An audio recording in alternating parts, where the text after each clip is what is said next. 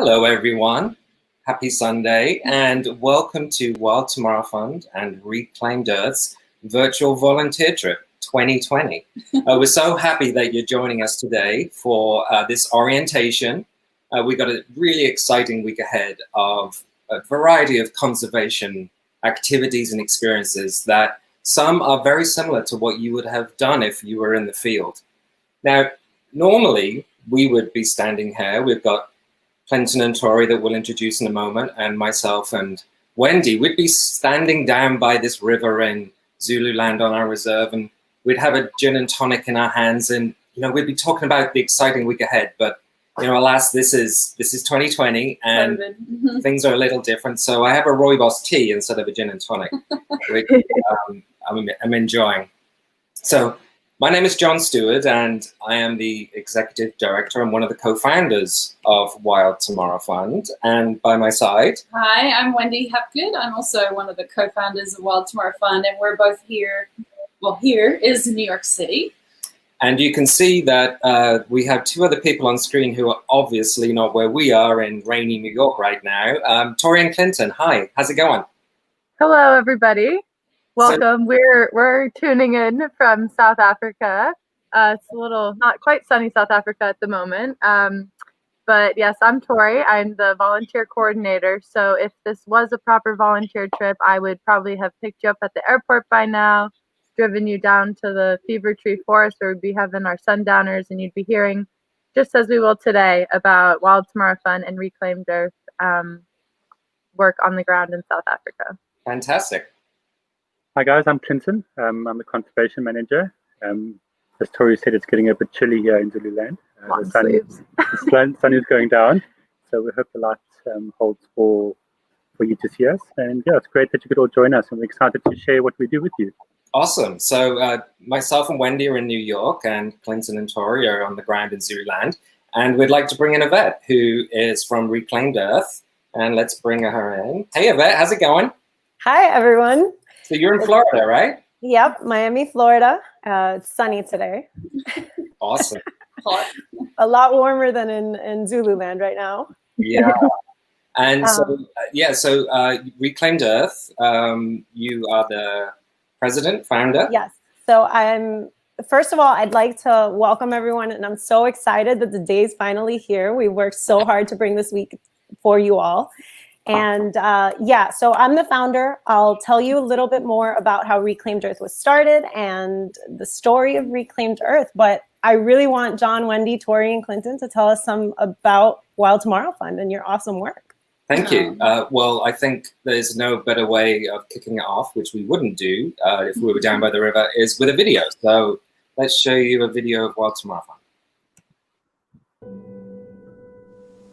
Wild Tomorrow Fund is a conservation-focused charity. We secure, maintain, and restore wild places to what they were.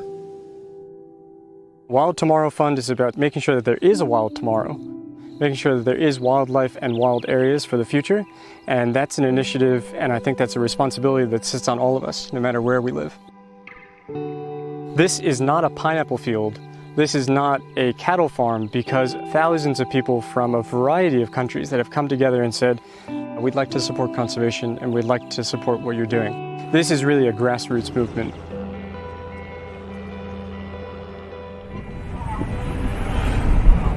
The human population is growing so quickly, but there are still areas that are wild. And it's critical now to purchase or secure those links while they're still wild. Nature and the environment and conservation are global ideas and global objectives and global projects, and they're going to require a global team to fix them. Our current generation, everyone that's alive right now, is responsible for the planet, and we're responsible for the actions we take against it. Me and my teams were very strong.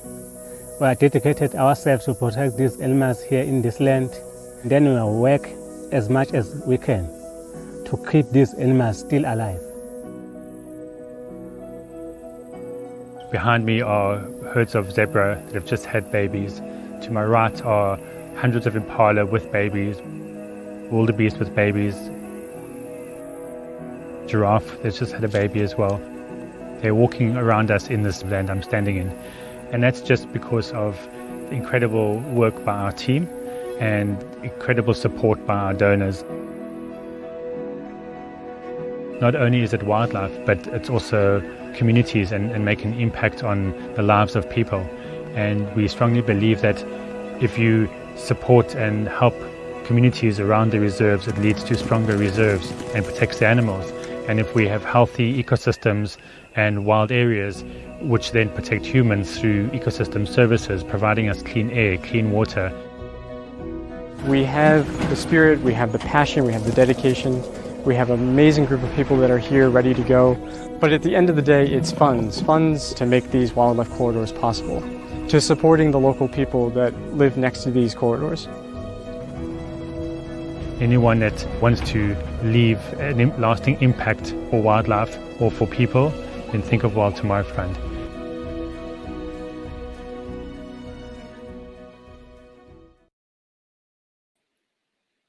Fantastic. Now, what is so important to us about seeing that work is 6 years ago, Wendy and I were in the corporate world until we volunteered. So very similar to our volunteer trips that we do on the ground in South Africa, and hopefully this one, it has an impact. I was in advertising, Wendy was in banking, and it wasn't until we played the role of volunteer that we said, you know what, what we learn on those trips is just too important to ignore.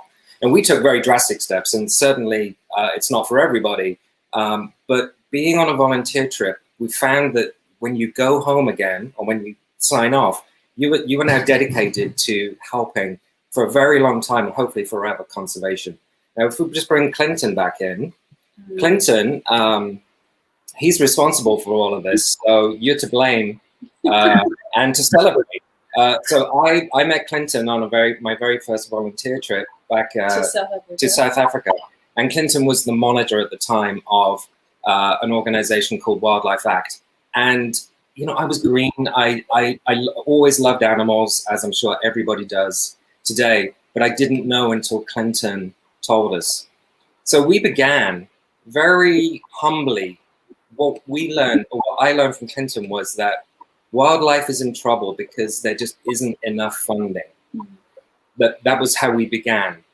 We realized that the reserves that we were working on, they just didn't have the funds required. And I was thinking, that can't be, we can help here. And because of the exchange rates, it really wasn't a lot of money that we thought. So Wendy and I were like, you know what, let's do this. Let's give this a go, and let's just start with friends and family and see who wants to join our mission to help fund the binoculars and the boots for the rangers they were just so desperately needing.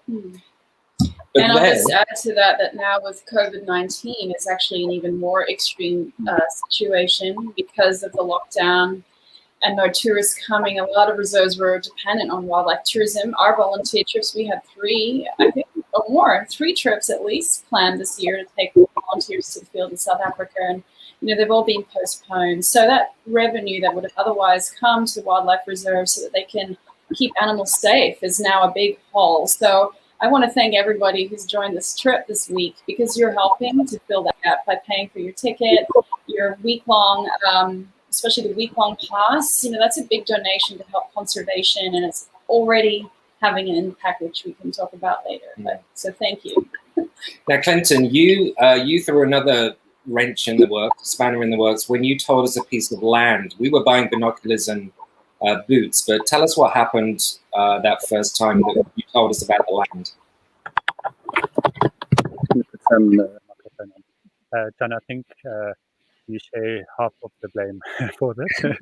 But no, it's true. You know, we really realized there was a lot of help needed here, and then one day we were looking for a base to work from, and we came and saw this piece of land that was in Zululand, and I remember when the first time I saw it, I could not believe that this wasn't protected. It was this incredible piece of property right in the middle of a world hotspot.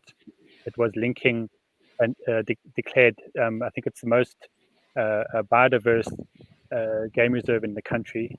It was being linked to a World Heritage Site, the largest estuarine system in Africa.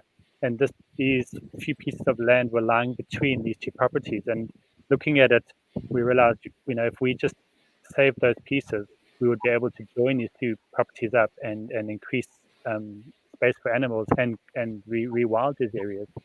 And it started as a dream. I think if you remember, John, first time I brought you out, we drove around and we looked at it and we were just dreaming about it because there was no ways we could actually do it. We were still small. We were still buying binoculars and boots for rangers for some of the reserves. And then just more and more people got on board. We thought we had to give it a go. And I remember you saying we can do this. And suddenly, amazing people joined and donors got involved. And now we've got this piece of land. It's just an exceptional property. Fantastic. Well, let's show another quick video, and this explains what we call the South Bank Corridor Project. And this is really what made us grow up quickly, and where you would actually be if you were in the field right now. If you can connect two existing areas, you suddenly increase the space for wild animals dramatically and restore a lot of the natural processes. Wild Tomorrow Fund recently secured 2 crucial properties right in the middle of a world biodiversity hotspot. Our hope is to join these 2 properties together to form one continuous piece, which will link the entire South Bank to one of the private reserves along to the UNESCO World Heritage Site. We believe that this is one of the most crucial areas because it's the old elephant migratory route.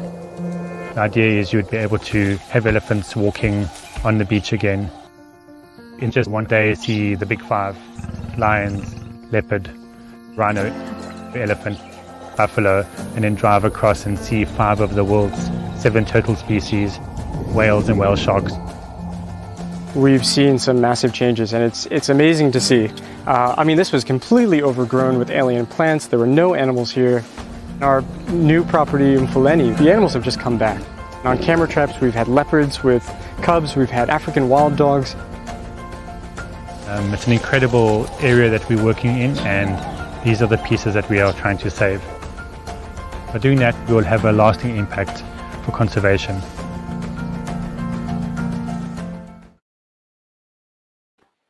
I just love watching that video and seeing, our corridor being restored, the land that we saved that would have otherwise been a pineapple farm. Actually, it was at risk of destruction, and it would have been just all the trees pulled out, the wildlife runoff. So to see it being restored and rewilded and the wildlife jumping out, returning back is really powerful, and it's my favorite part of the work we do because it's so hopeful. So, Clinton, maybe you could explain more about what rewilding means and the work we're doing at Puwela and Mfuleni. Absolutely, I agree with you. It's definitely the best part.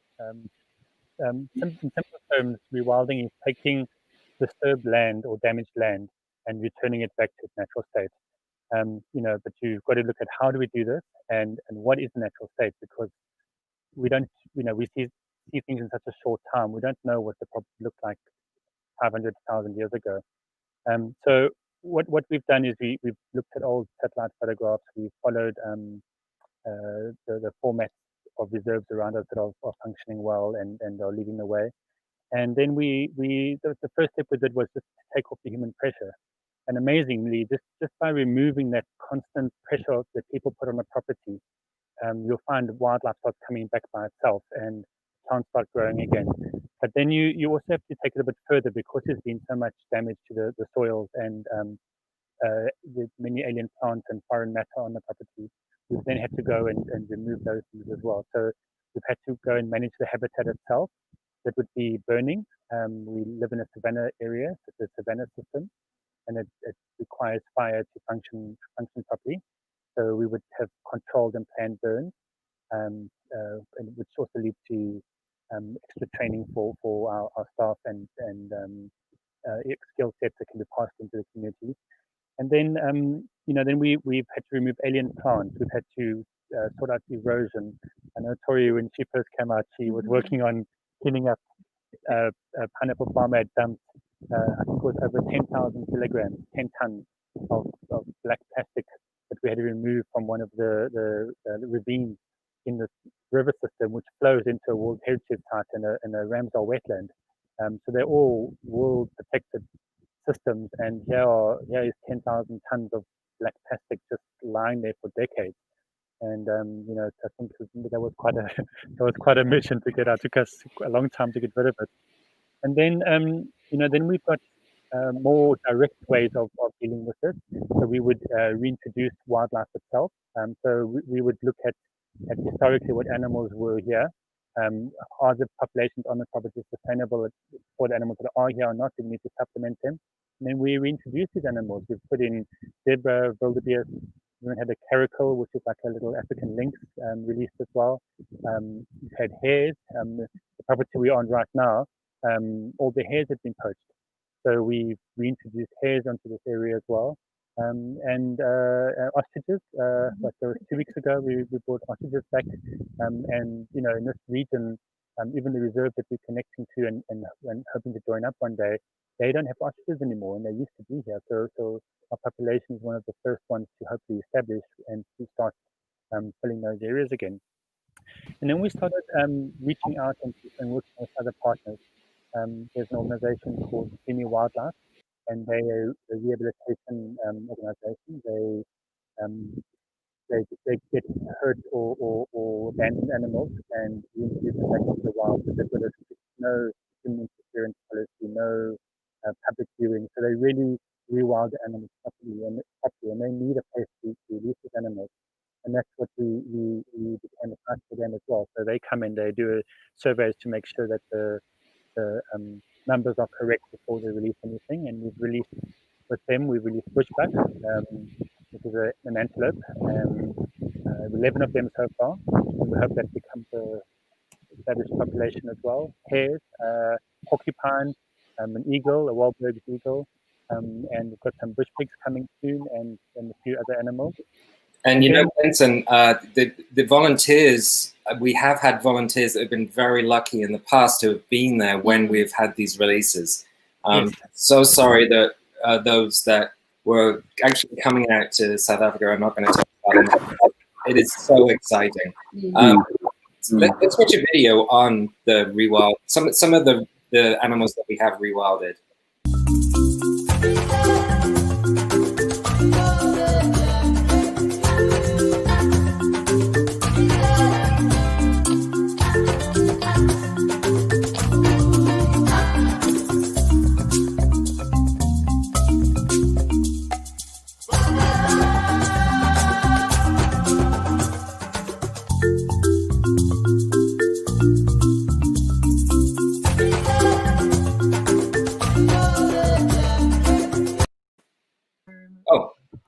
That stopped quickly. Well, the most recent one, actually, I wish our volunteers had been there for that. It was very exciting. We had our first ostrich introduced last week? I feel it was like 2 weekends ago. 2 weekends ago. Yeah. And one very important thing we haven't mentioned is these animals have been sponsored by individuals from around the world. And there have been many past volunteers that have sponsored these animals. So that's us. We will be seeing you throughout the week. In a little while, we'll tell you about its itineraries, but let's move over to Yvette and we can learn about Reclaimed Earth. Here she is. We'll be back to you, Tori and Clinton. Hi again, everyone. Hi. So as John and Wendy were saying, we're a nonprofit based out of Miami, and Reclaimed Earth is dedicated to the conservation of endangered wildlife globally. And so we've been operating for about 2 years now. Very much like John and Wendy, I volunteered in South Africa, was inspired, and knew that I had to do something. So I came back home and started a rhino fundraiser, and I was kind of testing the waters to see the success. And I was blown away by the support I got from my friends and family. And I just between that realization and realizing that most people, it's not that they don't care, it's that they just don't know about what's happening with the particular wildlife, or how they can help from here, because a lot of people can't take off and, you know, visit these wild spaces. And so I realized that was a gap I could fill for people. And as a result, Reclaimed Earth, our focus is finding boots on the ground efforts like what Wild Tomorrow Fund is doing in KwaZulu-Natal, and partnering with them, and then helping spread the word, helping raise awareness for the project, helping raise awareness for the conservation efforts being done, and raising support streams for it. And so locally, we focus on just creating engaging events in a different and unique way where people can still get the information, but it really hits home for them. And so I have a short video I'd like to share with you with some highlights of Reclaimed Earth's work in last year, because this year, COVID. But in the video, you'll see clips of our yearly volunteer trip with Wild Tomorrow Fund. You'll see us visiting the rhino orphanage that you'll get to visit later on this week. You'll see baby Kanyisa at herd, the baby albino elephant that was rescued. And you'll see some clips of the events that we do throughout the year. So here you go.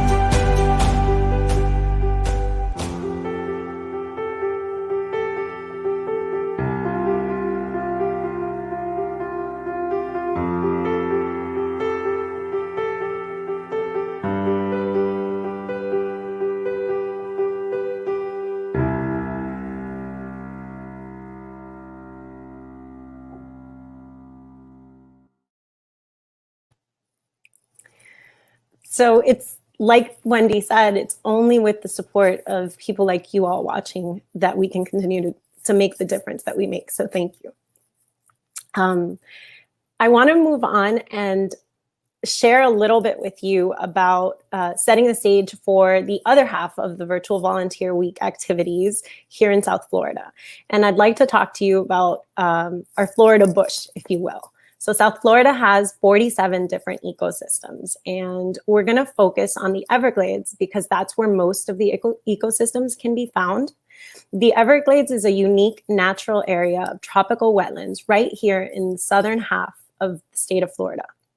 And the Everglades ecosystem is unique because you can't find anything like it.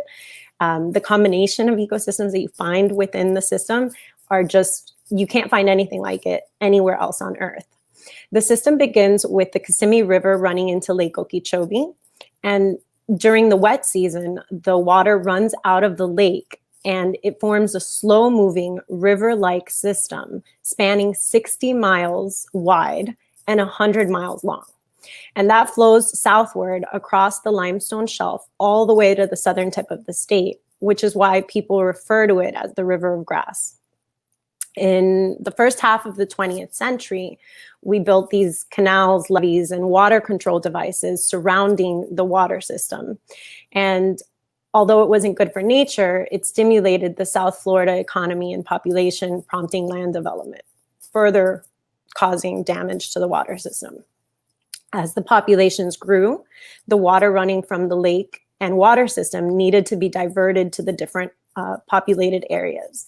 And the Everglades, as a result, the Everglades is now less than half of its original size.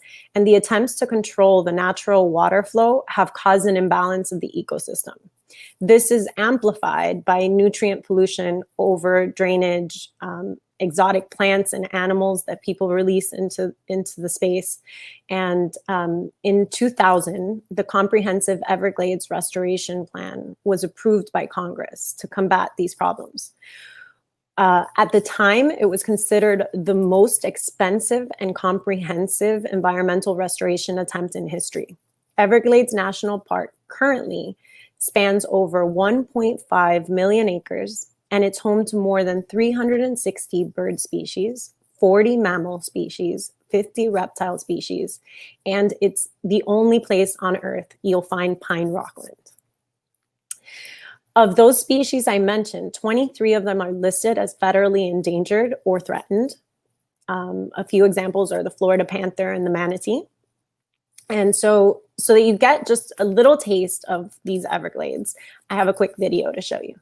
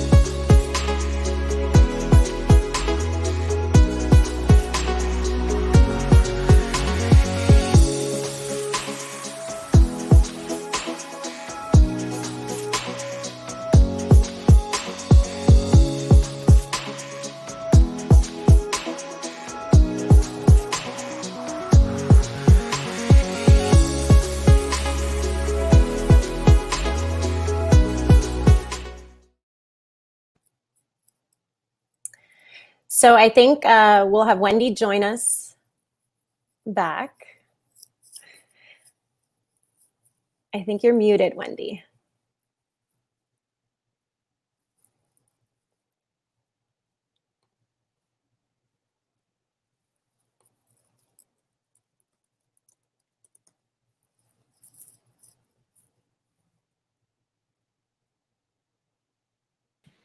Was I muted that whole time? Sorry. Yes. I was just saying, you're seeing that beautiful video, and we had the comment from Patty saying how beautiful, it really strikes me how similar the issues are around the world. And I don't know if everyone watching knows that 1 million species today are facing extinction. And it's really because of human pressures. And the biggest driver of that loss of biodiversity, so we face the loss of insects up to rhinos and the cheetah and the manatee.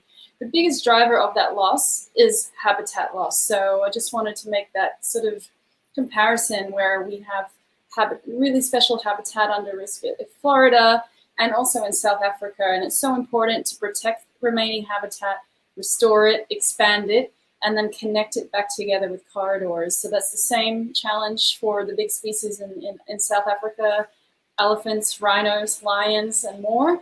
The same issue facing the Florida panther. So we might be in different parts of the world, but we're all working towards fighting the same issues, which is great that we can make a difference. Absolutely. And I think that it's it's really important because people think about saving the animals, but if we're able to repopulate them, where are they going to be able to live? Yeah, they need their wild spaces, and so that is one of the topics that we'll be covering this week, as well as many others. And we're so excited about what we've put together. So we're going to ask Yvette and Tori to run through some of you have signed up already for the entire week, some single sessions. Thank you very much. Perhaps this will inspire you to sign up for some others. So yeah, we're going to share the screen, and if you want, that's our link to see the whole where we're going to show here. Let me see. There we go. And let's bring back Tori. There she is. Oh, it's dark over there. The lighting is off here. Awesome. Tori, can we hear you? You there? Yes. Hi. How's it? That's better. Good. You're a little bit quieter, but that's cool. Okay. I'm going to move over to the screen. Okay. Well, as any volunteer trip would go that Yvette and I planned, we'd like to run through the week with you. So shall we take it away, Yvette? Yes. Let's get started. Cool. So starting tomorrow is sort of like our photography day. In the morning, you'll hear from Wendy and myself about how you as a photographer can contribute to conservation.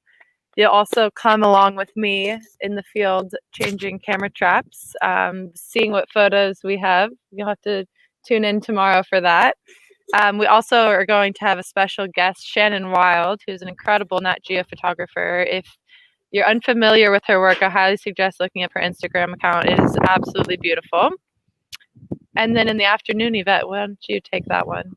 So in the afternoon, we're doing Saving Wild Spaces through photography. And I have the fabulous founder of F-Stop Foundation. He's going to be joining me and showing us, FYI, all of the merchandise you purchase on his website goes to help his cause and fund all of the cameras that they have set up across, I think it's across the world now. But he has including South Africa. Including South Africa, yeah.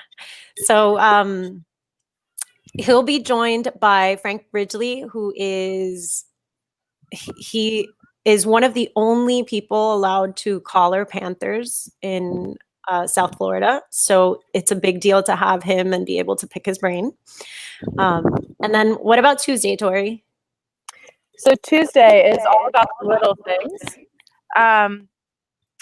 People oftentimes come to Africa to see the big five, but what they don't know is there's a little five as well.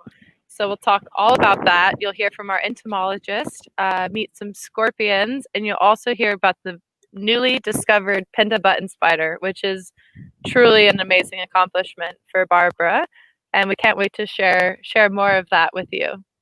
And then in the afternoon, we're doing Little Wings of Hope, and it's more focused on pollinators and their role in making sure that we humans have everything we need out of the environment. So, yes. And then Wednesday is going to be super amazing. I'm excited for this. We're going to be visiting Herd, which is South Africa's first elephant orphanage. Over in Hoedspruit, so probably about a 7-hour drive from us. And you'll meet the elephants plus the founder, Dean Rood, which is truly remarkable, and Master Elephant Care Tigire. I think I'm saying his name right. I don't know how to pronounce it either. And then in the afternoon, we'll be at Zoo Miami, where we'll get to meet various rhinos that they work with and learn about how zoos play a vital role in the conservation of endangered wildlife. Calling all birders for Thursday. This I'm so excited for. We had James, an expert bird ringer, here last weekend, doing a bird ringing survey on our properties here for this trip. And you'll get to hear from him how the whole process is done and get really up close and personal with some of South Africa's most beautiful birds. I mean, the colorful sunbirds, you guys will truly be in awe. I'm very excited for this. I'm jealous I wasn't there for that. And then in the afternoon, funny enough, we have another James. We have James Curry. He's world-renowned bird expert, and he'll be sharing his adventures spanning the globe with these different bird species. It's sure to be a very interesting day. Yeah. Carrying on to Friday, you'll have a special up-close interview with our rangers, and we also just added a special guest, Adams from Conservation Congo, who does some serious APU work with bushmeat and chimp rescues from the illegal wildlife trade. So this is your chance, if you didn't join us World Ranger Day, to ask questions to our rangers and, you know, really hear from them. They're patrolling 365 days a year, so, you know, we wouldn't be able to do the work that we do without them. That's one of the ones I'm definitely not missing. And in the afternoon, we'll be doing the coastal trash battle, and you'll get to meet a guy who has collected 11,000 pounds of garbage out of Florida's mangroves. And with him will be Miami Water Keepers, which is a local organization that's dedicated to keeping our waters drinkable, fishable, and just overall, you know, for the enjoyment of our communities. And Saturday, if you have not signed up for this, I'm telling you, you must. It is for rhino lovers and animal lovers, anyone. In the morning, we'll go visit the local rhino orphanage and hear from the orphanage coordinator, Julia. You'll get to see how they feed them, you know, what the day-to-day process is like on that. Meet all the rhinos and hippos, which you might have seen in Yvette's Reclaimed Earth video. And I mean, it's amazing. You know, these rhinos are eventually released into the wild, and successfully so. So it's yes, Charlie, Nadia, Charlie and Moomin. And immediately following that, we'll have an incredible experience. It's a rhino dehorning, but it'll be in 360. So you'll get to look around, and you'll get to really experience being there with us. And it was mentioned earlier, your participation in this trip is directly helping these animals. We were able to dehorn 7 urgent animals. What was that, Tori? 2 weeks ago? 3 weeks ago? Yeah, 3 or 4 weeks ago. And you know, those animals are safer now because of it. You'll learn why. Shortly after you do the 360 experience, you'll have a panel discussion with the people that were involved in the dehorning, and they'll be able to explain to you everything that happened and why dehorning is now necessary. So you don't want to miss that. Wendy, you're on mute again. And shout out to Habitat XR for coming out and filming this for us. Oh yeah, see, you can buy your card for it. The rhino dehorning, if you want to experience truly 360, well, VR, virtual reality, then get your Google Cardboard. It's not required, but it'll just be so much cooler. They're like $6 on Amazon. They deliver in 3 days, so it's not too late. But even if you don't have Google Cardboard or a VR headset, you can do it on YouTube and explore in 360. And yeah, I just wanted to say what I think is most, reiterate what Yvette explained, that if it wasn't for this volunteer trip, we would not have had the funds to do that dehorning. And those rhinos were at risk. The reserve does not have guests, so they don't have the funding they expected to be able to do a dehorning. It's very expensive. And you'll be able to learn more about it and talk directly to the managers, including, and I love this about the reserve, it's called Manioni Private Reserve, is run by a woman, which is very unusual in our region and really, really cool. The orphanage is also run by a woman. So it's Women in Conservation Day as well. Girl power. Saving rhinos. But I hope for those who haven't signed up, sign up for the week, sign up for your sessions. It's all helping conservation, and the more people we have participating, the more we can do on the ground. So thank you. Absolutely. Yeah. Yeah, and each session will be about an hour, so it's not your whole day.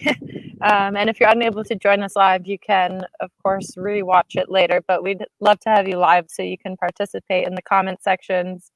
And really get your questions answered. And you know, this is your opportunity to be in the field with these experts. So I know I have a ton of questions ready. And got the list. For everybody that signed up, just so you know, you get an email the night before, so you don't have to scramble looking for the link. So the night before your session, we'll send you an email. It'll have the link you need to connect to our live stream on YouTube.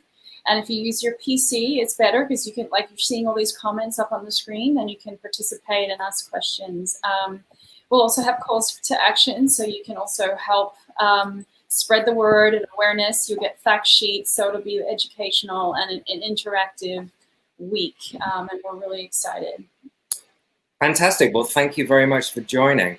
We have another session that's starting just after this, which we're calling an icebreaker. For anybody that wants to chat one-on-one with the other virtual volunteers, or ask any of us questions, or just say how your Sunday's going. So when you describe how we do that? Sure. So there's a link that we can put up on the screen. It is case sensitive, so either copy and paste it or make sure the VVT is capital.